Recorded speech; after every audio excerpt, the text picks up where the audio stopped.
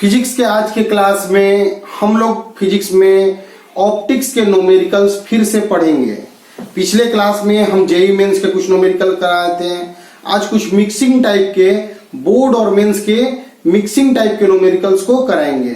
ध्यान से, न्यूमेरिकल ही तुम्हें थ्योरी को समझने का अप्रोच प्रोवाइड करता है, इसलिए ध्यान दोगे बच्चों। क्वेश्चन है मेरा, क्वेश्चन है कि एक कंपाउंड माइक्रोस्कोप है। ध्यान देना बच्चों, एक कंपाउंड माइक्रोस्कोप है।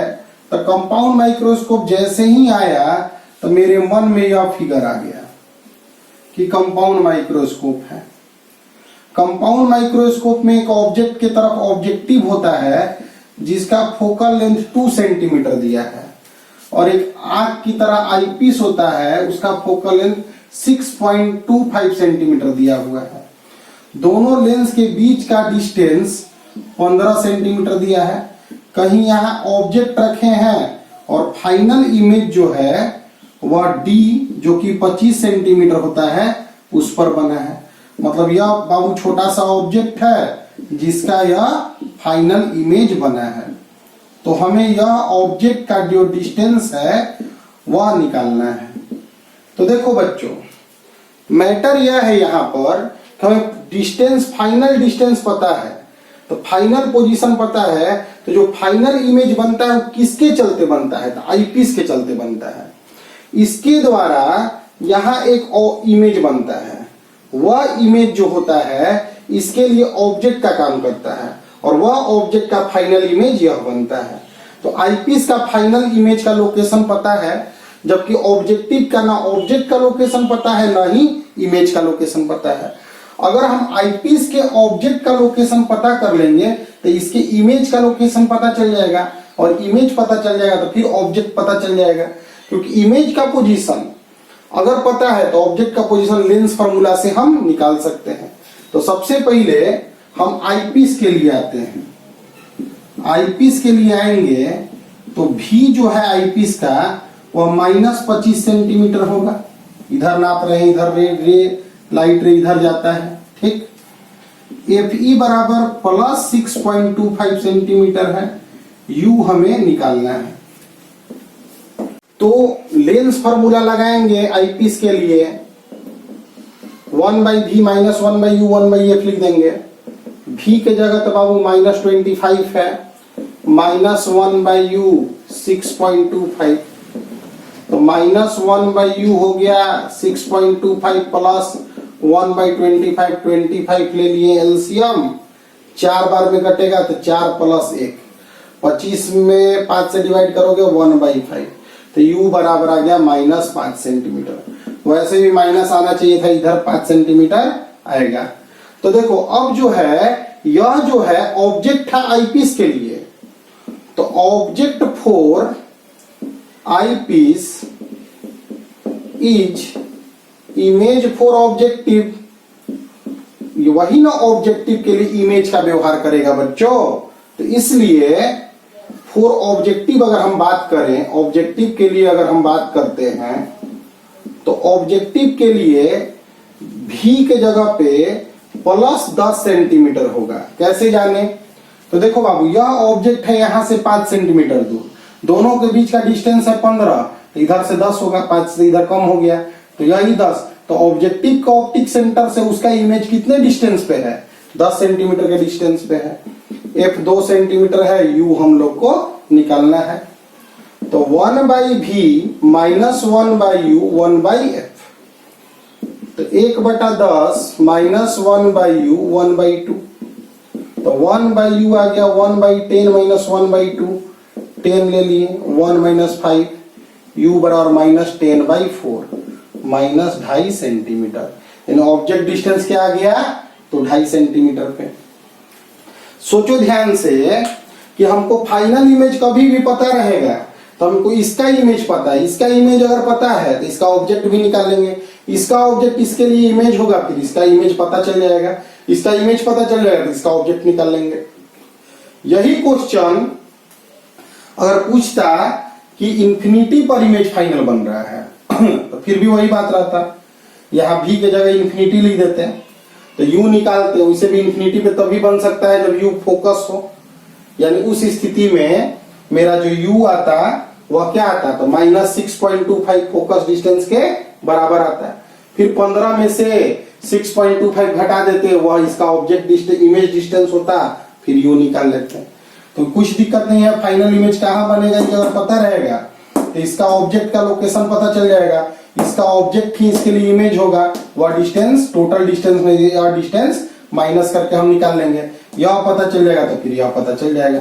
तो कंपाउंड माइक्रोस्कोप, इसको स्क्रीनशॉट लेके बच्चों लिख लेना। तो फाइनल इमेज अगर कंपाउंड माइक्रोस्कोप में गिवन है, कहाँ पे लोकेशन उसका गिवन है, तो उसका ऑब्जेक्ट डिस्टेंस पता चल जाएगा, उसका ऑब्जेक्ट ही ऑब्जेक्टिव के लिए क्या है बाबू, इमेज है। अब आगे क्वेश्चन देखो, बहुत बहुत स्पेशल सवाल है। क्वेश्चन यह है कि एक कॉन्वेक्स लेंस है 25 सेंटीमीटर डिस्टेंस पर और एक कॉनकेव लेंस है, सॉरी एक कॉन्वेक्स लेंस है 25 सेंटीमीटर उसका फोकल लेंथ है, और एक कॉनकेव लेंस है उसका 20 सेंटीमीटर, तो इसका माइनस होता है, ठीक ना, -20 सेंटीमीटर। कह रहा है कि रे इधर से पैरेलल आ रहा है, पैरेलल रे आ रहे हैं। कह रहा है इफेक्टिव पावर जो दोनों लेंस मिलकर दे रहा है ना, इफेक्टिव पावर जो दे रहा है वह 0 दे रहा है, ठीक। तो यह जो डी है वही डी फाइंड करना है, यह मेंस का आया हुआ सवाल है बच्चों, फाइंड करना है डी।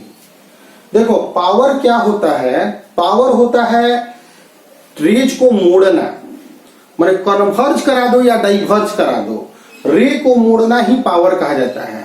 पावर जो होता है एबिलिटी टू कन्वर्ज और डाइवर्ज होता है। कोई भी ऑप्टिकल इंस्ट्रूमेंट होता है वह रेज को कन्वर्ज करता है या डाइवर्ज करता है। तो अगर इफेक्टिव पावर में दोनों मिलकर पावर 0 दे रहा है, इसका मतलब है कि यह देखो कुछ मोड़ा होगा, यह कुछ मोड़ा होगा, या इधर मोड़ता है, या कन्वर्जिंग लेंस इधर मोड़ता है, और यह डाइवर्ज करता है। तो डाइवर्ज करने के चक्कर में फिर से पैरेलल कर दिया होगा, फिर से पैरेलल कर दिया होगा, तो ही ना इफेक्टिव पावर क्या हो गया होगा, 0 हो गया होगा। यानी कि पैरेलल रे जा रहे हैं और पैरेलल ही निकल गए, तो इफेक्टिव पावर 0 हो गया। तो इसका मतलब यहाँ पे बाबू ध्यान दो कि यह तो निश्चित है, अगर हम इस क्वेश्चन को बनाते हैं तो यह तो निश्चित है कि यहां से अगर हम ले, यहां से अगर हम बात करते हैं, यहां से लेते हैं इंफिनिटी से आ रहा है, तो निश्चित तौर पे फोकस पे कन्वर्ज कर रहा होगा। फोकस यहां से कितना डिस्टेंस पे है, तो 25 सेंटीमीटर डिस्टेंस पे है। 25 सेंटीमीटर डिस्टेंस पे आया, तो यहाँ पे अगर हम एक रे लगा देते हैं और लेंस, तो यह तो डॉटेड लाइन हो जाएंगे। बीच का डिस्टेंस अगर d है तो यह डिस्टेंस क्या हो गया, 25 - d हो गया, ठीक। और फिर यह इंफिनिटी पे चला गया। तो तुम ऑप्टिकल सिस्टम में यह तो समझ ही रहे होगे आज तक, इसके द्वारा बनाया गया इमेज इसके लिए फिर ऑब्जेक्ट होता है। तो फिर अगर तुम कॉनकेव लेंस के लिए बात करते हो, कॉनकेव लेंस के लिए अगर तुम बात करते हो, तो यह बात तो तुम जरूर करोगे कि उसका u जो है 25 - d डिस्टेंस पे था, और v जो था वह इंफिनिटी था। v कहाँ बन रहा है, इंफिनिटी पर, और u कहाँ है, यहाँ। उसके लिए जो इंसिडेंट रे है वह कहाँ आकर मिल रहे हैं, 25 - d डिस्टेंस पे मिल रहे हैं, और इसका फोकल लेंथ -20 दिया हुआ है। तो 1/v -1/u 1/f लिखते हो। 1/v के जगह तो इंफिनिटी लिख देंगे, -u के जगह 25 - d लिखेंगे, और -1/20 हो गया। यह इंफिनिटी 1/∞ 0, -25 - d -1/20, यहाँ कैंसिल हो गया। तो 25 - d बराबर आ गया 20, तो d बराबर आ जाएगा 5 सेंटीमीटर। तो यही d हमको निकालना था। एक क्वेश्चन देखोगे, जब हम तुम लोग को कॉम्बिनेशन बताए थे ना, जब कॉम्बिनेशन बताए थे तो सेपरेटेड लेंस के लिए भी हम कॉम्बिनेशन का फॉर्मूला बताए थे।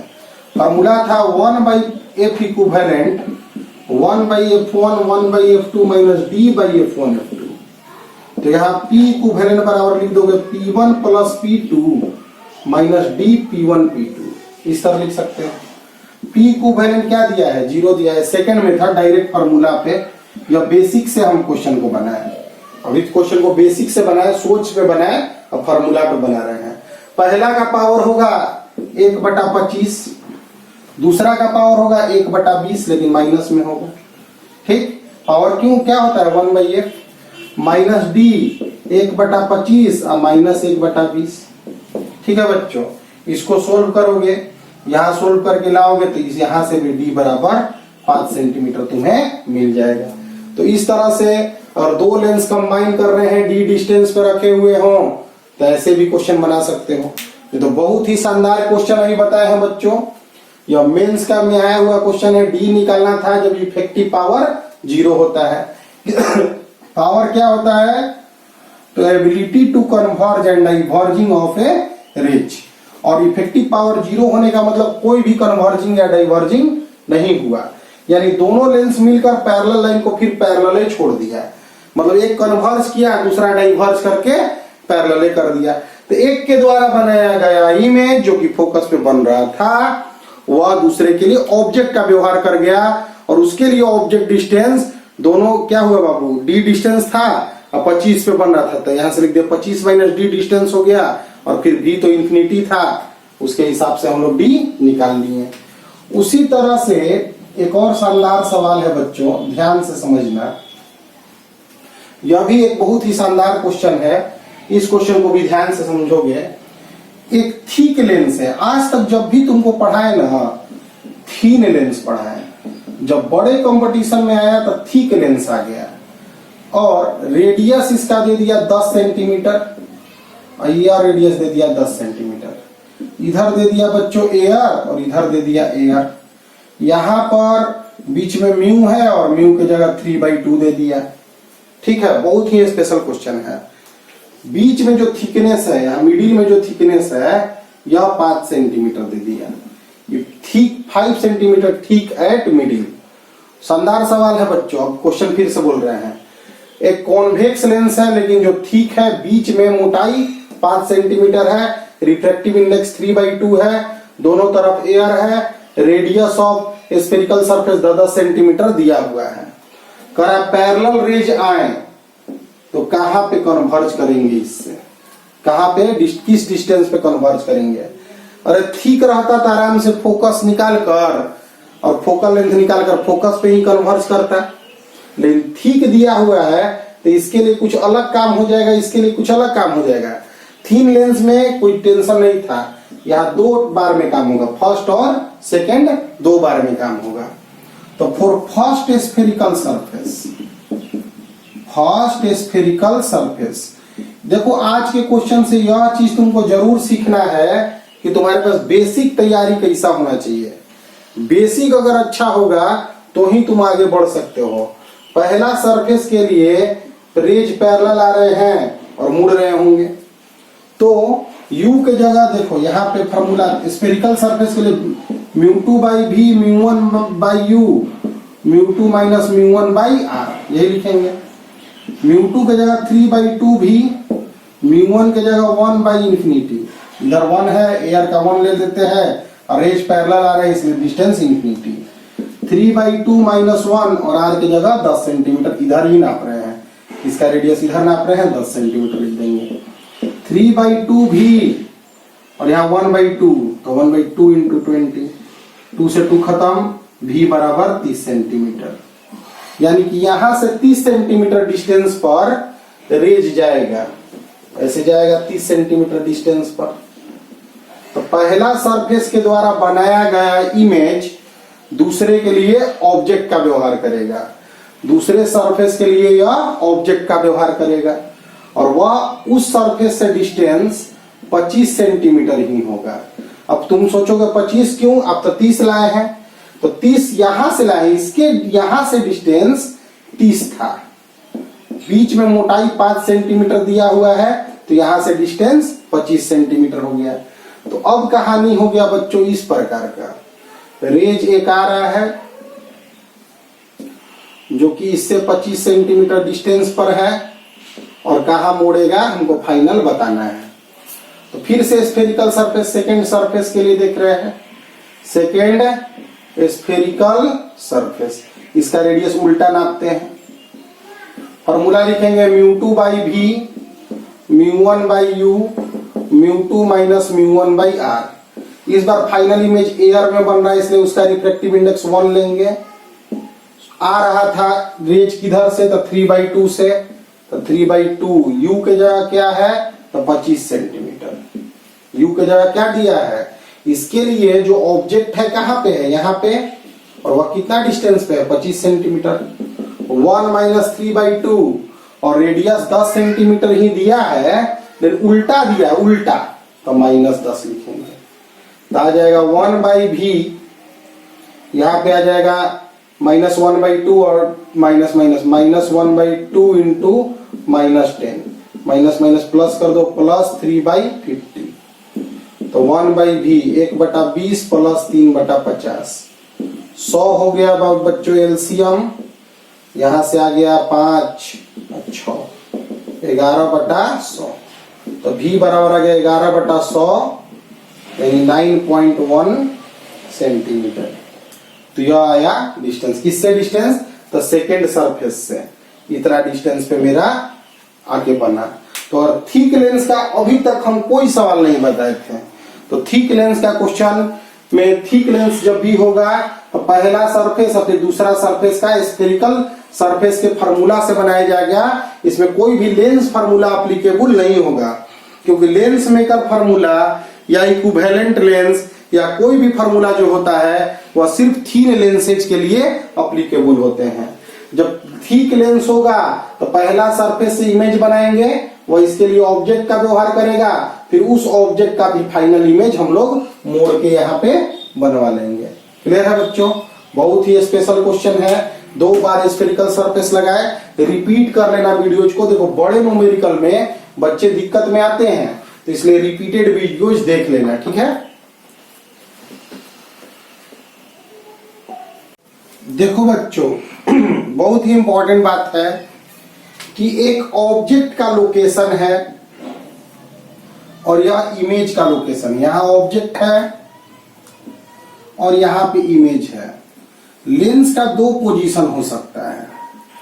एक बार पोजीशन यह हो सकता है और दूसरा पोजीशन लेंस का यह हो सकता है, सेम ऑब्जेक्ट पोजीशन और सेम इमेज पोजीशन के लिए।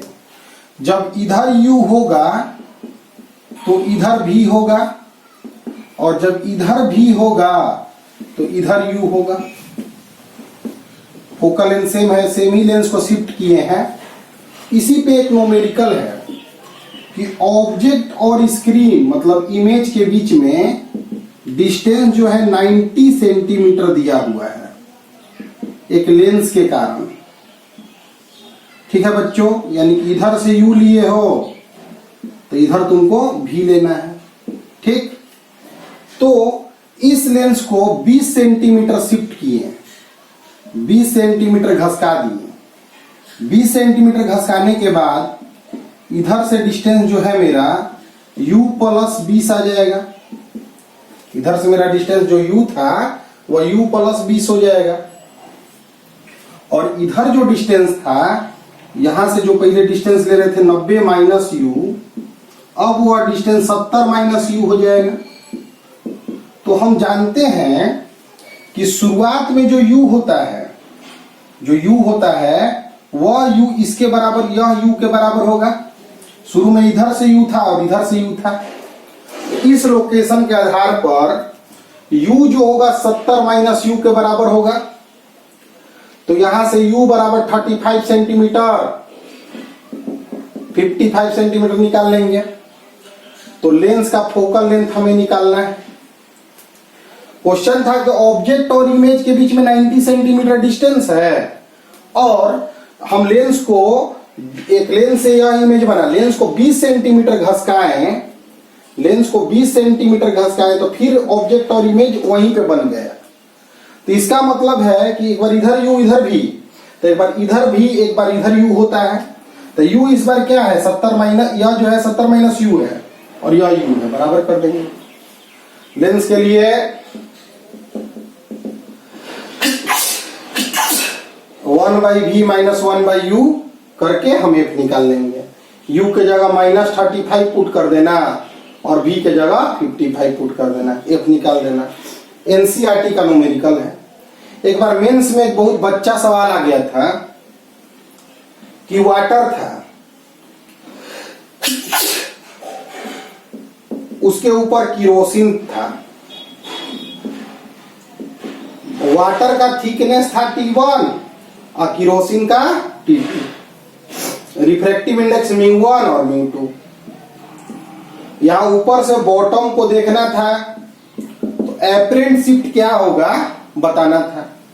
तो एपरेंट शिफ्ट माने कितना ऊपर घसक जाएगा यह बॉटम। तो एपरेंट शिफ्ट का फार्मूला हम लोग बताए थे तुम्हें शुरुआत में, कितना घसकेगा T1 - 1 बाई म्यू। तो वाटर के लिए T1 1 - 1 बाई μ1 प्लस किरोसिन के लिए सिर्फ T2 1 - 1 बाई μ2। यही तुम्हारा एपरेंट शिफ्ट होगा। इसको बाबू स्क्रीनशॉट लेकर तुम बाबू नोट कर लोगे। अभी एक बहुत ही इंपॉर्टेंट स्पेशल न्यूमेरिकल बनाने जा रहे हैं, ध्यान देना। मेंस में आया था और मेंस में सबसे बढ़िया न्यूमेरिकल में से, सबसे बड़ा न्यूमेरिकल में से इसको माना जाता है प्रिज्म पर। ध्यान दो बच्चों, एक प्रिज्म है, उसमें इंसिडेंट एंगल 35 डिग्री दिया हुआ है। 35 डिग्री इंसिडेंट पे डेविएशन जो हुआ 40 डिग्री का हुआ, और इमर्जिंग एंगल जो हुआ वह तुमको दिया गया है 79 डिग्री। तो बताना है हमें म्यू मिनिमम। देखो बच्चों, मिनिमम म्यू कब होता है? तो जब मिनिमम डेविएशन होता है। तो मिनिमम डेविएशन वाला केस लेके मिनिमम म्यू लगभग किसके बराबर होगा यह निकालना है। तो सबसे पहले प्रिज्म में जो मोस्ट इंपॉर्टेंट बात होता है उसका प्रिज्म एंगल होता है। तो प्रिज्म एंगल निकालने के लिए हम सोचेंगे तो क्या delta I plus E minus A होता है, फॉर्मूला जानते हो। डेल्टा की जगह 40 डिग्री दिया है, 35 डिग्री 79 डिग्री माइनस ए। तो ए बराबर आ गया बच्चों 4, यहां पर 114 माइनस 40 यानी 74 डिग्री ए आ गया। ए का वैल्यू हम निकाल लिए।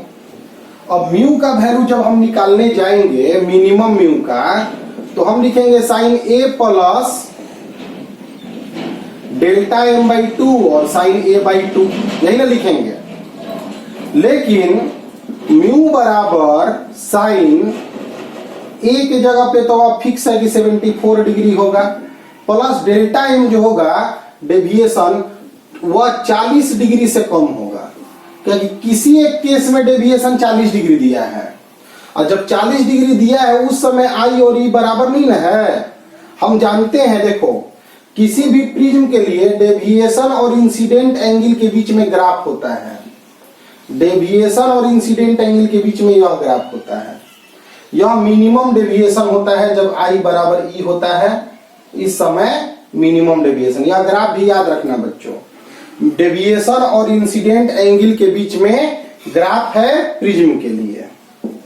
तो किसी भी प्रिज्म में यह ग्राफ भी एक बार आ गया था मेंस में डायरेक्ट, कि डेविएशन और इंसिडेंट एंगल के बीच में ग्राफ का 4 ऑप्शन दिया था, एक ग्राफ यह था, डायरेक्ट आंसर देना था। तो मान लो बच्चों कि मिनिमम डेविएशन कब होता है? जब आई जो होता है ई के बराबर, नहीं तो बाकी किसी भी केस में डेविएशन जो होता है वह मिनिमम से तो बड़ा होता है। तो यह जो डेविएशन है 40 डिग्री, वह बाकी किसी केस का डेविएशन है जिस समय आई और ई बराबर नहीं है। तो निश्चित है कि जो डेविएशन होगा 40 से तो कम होगा। यानी कि अगर हम 40 पुट करते हैं तो हम ज्यादा वैल्यू पुट कर दिए हैं, यानी इससे कम वैल्यू मेरा होगा साइन 74 डिग्री बटा 2। यहाँ साइन 74 और 40 जोड़ेंगे तो 100 कितना आ जाएगा बच्चों? 74 और 40 जोड़ेंगे तो 114 आ जाएगा। 114 में अगर 2 से डिवाइड करोगे तो 57 डिग्री, या नीचे साइन 37 डिग्री आ रहा है। साइन 57 को लगभग साइन 53 लिख सकते हो, और साइन 37 डिग्री। साइन 53 इसलिए क्योंकि साइन 53 थोड़ा नोन वैल्यू है, इसका हम वैल्यू जानते हैं 4/5 और साइन 53 3/5। तो वैल्यू है 1.33। तो इसके लगभग जो सबसे नजदीक इसका वैल्यू होगा वही आंसर हम देंगे। रीजन समझो कि क्या यह परफेक्ट आंसर तुम दे पाए तो नहीं, तुम परफेक्ट आंसर नहीं दे रहे हो इस क्वेश्चन का। इस आंसर में तुम यहाँ sin 37 तो सही है ला दिए हो, sin 37 डिग्री का वैल्यू 3/5 होता है, वैसे क्वेश्चन में भी तुमको देगा। और sin 57 का वैल्यू यह तो तुम जानो कि sin 57 नहीं होगा, इससे कुछ कम वैल्यू होगा, क्योंकि जो डेविएशन है 40 डिग्री हम यूज किए हैं, जबकि हमको 40 यूज नहीं करना था, 40 से कम यूज करना था। लेकिन हमको पता नहीं है कि मिनिमम डेविएशन पूरे क्वेश्चन में है क्या, तो जो है वही यूज किए। हम यह जानेंगे कि जो भी वैल्यू हम लाएंगे उससे कम मेरा वैल्यू होगा, तो यही तुम्हारा म्यू का वैल्यू होगा, इससे थोड़ा कम लेना होगा।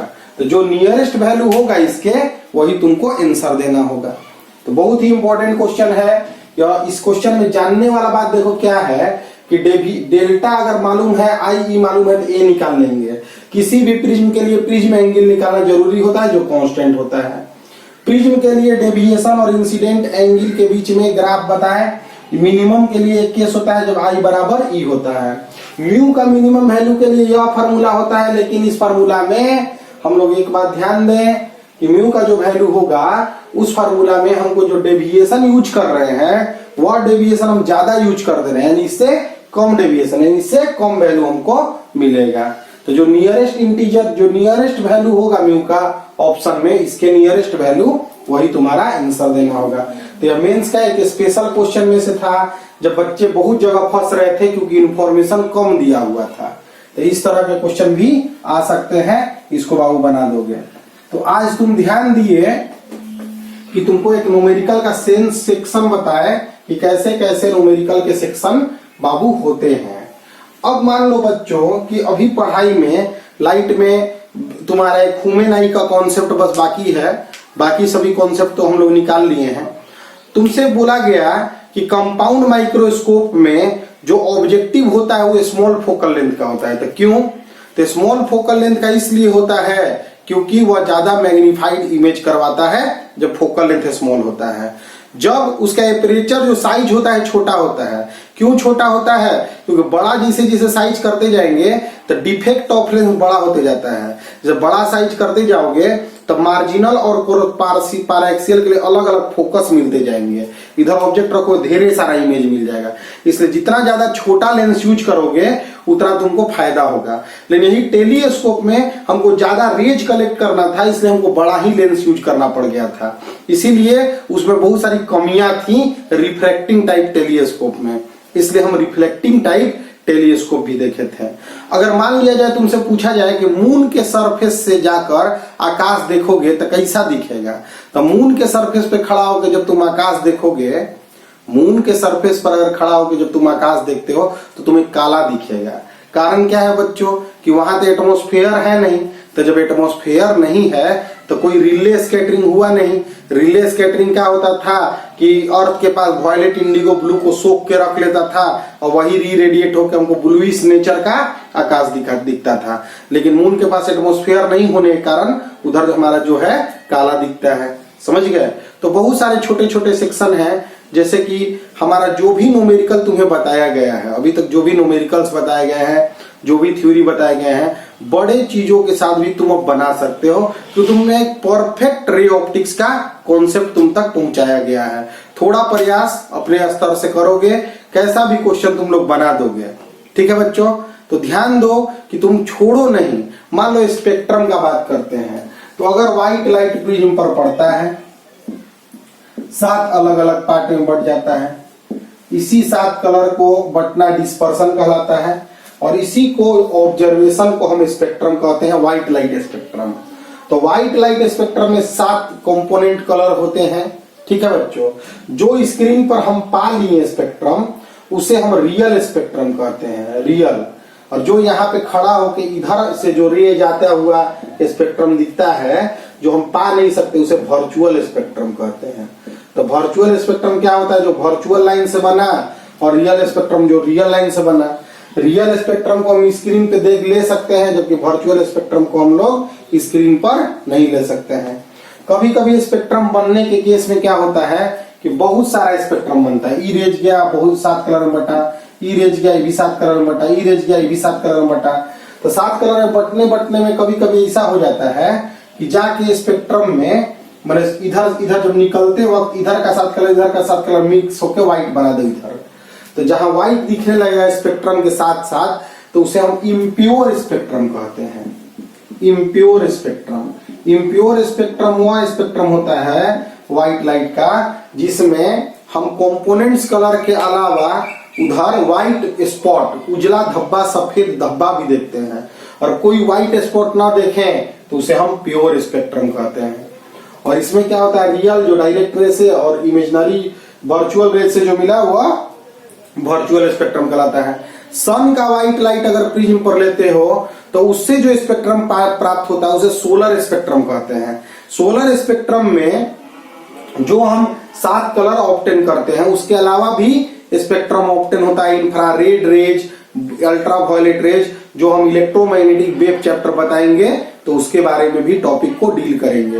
मतलब यह जानो कि सन का लाइट अगर प्रिज्म पर लेकर स्पेक्ट्रम बनाओगे तो सोलर स्पेक्ट्रम कहलाएगा। उसमें 7 विजुअल कलर के अलावा अल्ट्रावायलेट और इंफ्रारेड रेज भी ऑब्टेन होते हैं, उनका भी कंपोनेंट्स दिखने लगता है। लेकिन वह कंपोनेंट्स जो हमें दिखता है वही लाइट है।